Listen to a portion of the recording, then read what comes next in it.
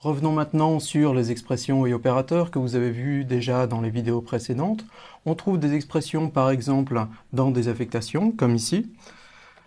L'expression se trouve forcément à droite du signe égal et va calculer une valeur qui doit être du même type que la variable qui se trouve à gauche du signe égal, puisque l'affectation va donner la valeur calculée par l'expression à la variable.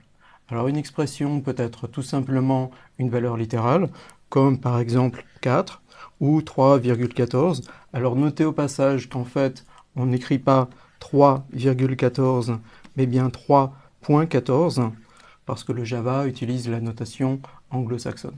Mais plus généralement, une expression est une formule mathématique qui met en œuvre des opérateurs, comme ici où je multiplie la valeur de la variable n par elle-même. L'étoile est le symbole pour la multiplication, j'obtiens donc ici tout simplement n carré. Et plus généralement, une expression peut mettre en œuvre plusieurs opérateurs ou des parenthèses, donc exactement comme une formule mathématique.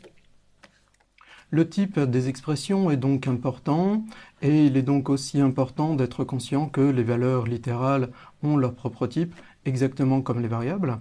Par exemple, si j'écris la valeur littérale 1, cette valeur est de type int.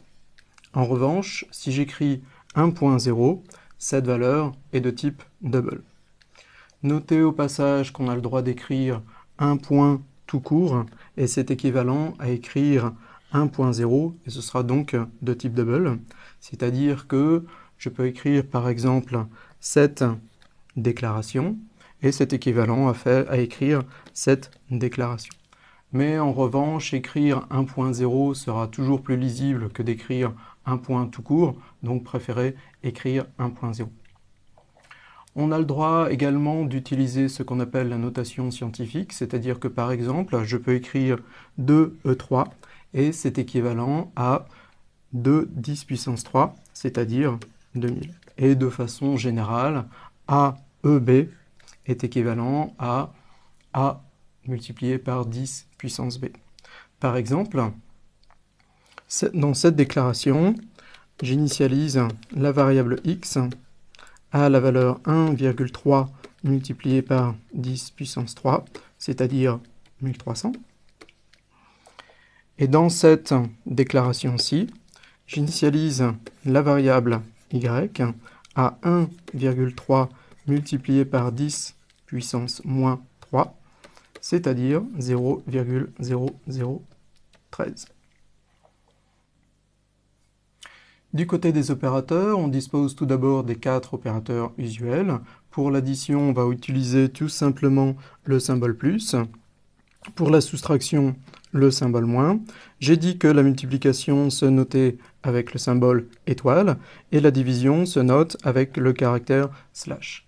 Mais attention, il y a un piège dans le cas de la division. Si les deux valeurs qui interviennent dans la division sont toutes les deux de type int, il s'agit de la division entière. Par exemple, dans cette division, 1 et 2 sont tous les deux de type int, et cette division est la division entière. Ça veut dire que je vais obtenir comme résultat de cette division la valeur 0. Alors pourquoi? Parce que 1 est égal à 0 fois 2 plus 1. Et c'est ce 0 qui est le résultat de la division entière. Un autre exemple, 5 divisé par 2, 5 et 2 sont tous les deux de type int, et j'obtiendrai cette fois-ci 2, parce que 5 est égal à 2 fois 2 plus 1, et c'est ce 2-là qui est le résultat de la division entière. Si en revanche, au moins une des deux valeurs qui interviennent dans la division est de type double, il s'agit de la division dont on a l'habitude, et dans cet exemple, j'obtiendrai bien la valeur 0,5, comme c'est logique de s'y attendre. En Java, on dispose également des opérateurs plus égal, moins égal, multiplié égal et divisé égal. Par exemple, j'ai le droit d'écrire a plus égale 5, où a est une variable, et c'est équivalent à écrire a égale a plus 5. Un autre exemple, j'ai le droit d'écrire a multiplié égale b, où b est une seconde variable, et c'est simplement équivalent à écrire a égale a multiplié par b. Dans le cas des int et dans le cas des int seulement, on dispose également d'un opérateur qui s'appelle modulo, qui se note avec le caractère %, et qui renvoie le reste de la division entière. Alors par exemple, si j'écris 11%, c'est-à-dire modulo 4, je vais obtenir 3. Alors pourquoi? Parce que 11 est égal à 2 fois 4 plus 3. Ce 3, c'est le reste de la division de 11 par 4, et c'est donc la valeur de 11 modulo 4. Si maintenant je calcule 12 modulo 4, je vais obtenir, à votre avis, alors 0. Pourquoi? Parce que 12 est égal à 3 fois 4 plus 0. Le reste de la division de 12 par 4, c'est donc 0. Et la valeur du modulo de 12 par 4 est donc 0. On dispose également des opérateurs plus et moins qui sont ce qu'on appelle des opérateurs d'incrémentation et de décrémentation, c'est-à-dire qu'ils vont permettre d'ajouter 1 ou de retrancher 1 à la valeur d'une variable. Par exemple, j'ai le droit d'écrire plus i, et c'est équivalent à écrire i égale i plus 1, c'est-à-dire que ça va ajouter 1 à la valeur de la variable i.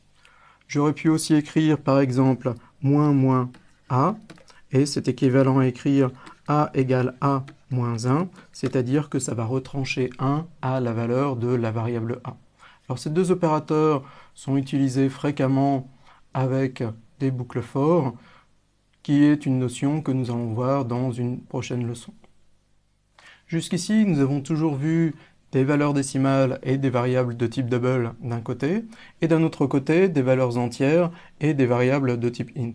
Que se passe-t-il quand on essaye d'affecter, par exemple, une valeur décimale à une variable de type int?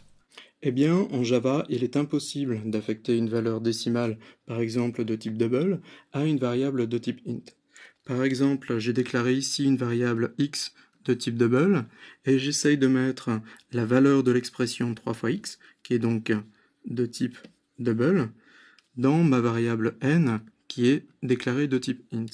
Eh bien, le compilateur va refuser de compiler ce code, et va produire le message d'erreur possible loss of precision, qui dit que si je fais cette affectation, eh bien, je perdrai la valeur qui est après la virgule. En revanche, il est possible d'affecter une valeur de type int à une variable de type décimal, par exemple de type double.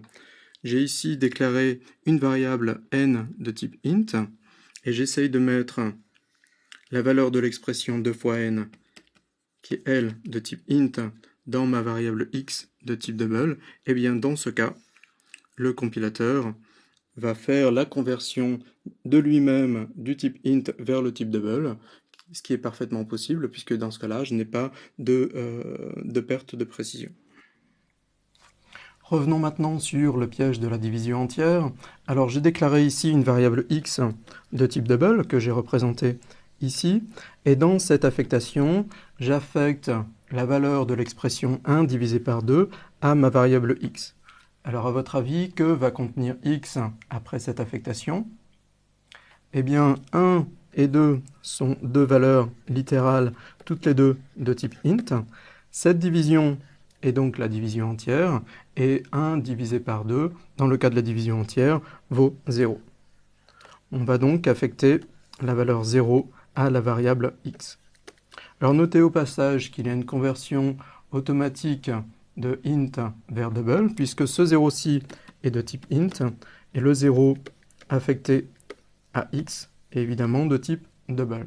Donc le fait que x soit de type double n'influence pas l'évaluation de l'expression 1 divisé par 2. Le problème peut se poser en pratique quand on essaye par exemple de calculer la moyenne de deux valeurs entières. Dans cet exemple, j'ai note 1 qui est une variable de type int initialisée à 4, note 2 est également de type int et initialisée à 5. Si j'essaye de calculer leur moyenne en faisant cette déclaration, dans cette expression, note 1 et note 2 sont de type int, leur somme est donc de type int, alors leur somme vaut 9, mais c'est une valeur de type int. Ce de-ci, pour calculer la moyenne, est une valeur littérale de type int, donc cette division est la division entière. On va donc calculer le résultat de la division entière entre 9 et 2, obtenir la valeur 4 et l'affecter à ma variable moyenne, alors que j'aurais voulu avoir 4,5 dans moyenne. Alors, une solution possible est de calculer d'abord la somme des deux valeurs de type int. Donc ici, j'ai note 1 plus note 2 qui est affectée à la variable moyenne. Note 1 plus note 2 est 9 de type int, mais qui va être affectée à ma variable moyenne. Quand je fais cette instruction, qui est équivalente à, je vous le rappelle, écrire moyenne égale moyenne divisé par 2, 2 est une valeur littérale de type int, mais moyenne est une variable de type double. Donc cette division est donc la division dont on a l'habitude, et cette fois-ci, je vais bien obtenir 4,5 dans ma variable moyenne. Terminons sur le fait que l'on peut utiliser des fonctions et des constantes mathématiques dans des expressions en Java. Pour cela, il suffit de respecter cette notation, c'est-à-dire, par exemple, si je veux utiliser une fonction, je vais commencer par écrire math. Suivi du nom de la fonction, suivi des valeurs dont a besoin la fonction. Dans le cas d'une constante, je vais commencer encore une fois par math. Et suivi du nom de la constante. Par exemple, si je veux calculer le sinus d'un angle, je vais écrire math.sin pour utiliser la fonction sinus, suivi de l'angle dont je veux calculer le sinus.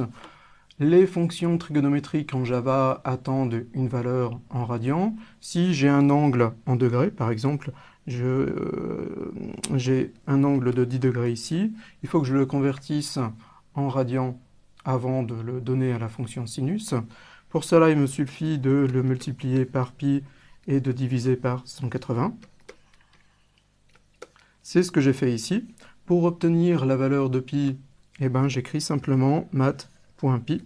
Alors notez au passage que cette division n'est pas la division entière, mais bien la division dont on a l'habitude, parce que math.pi est de type double. Et vous trouverez l'ensemble des fonctions disponibles en Java en suivant cette URL.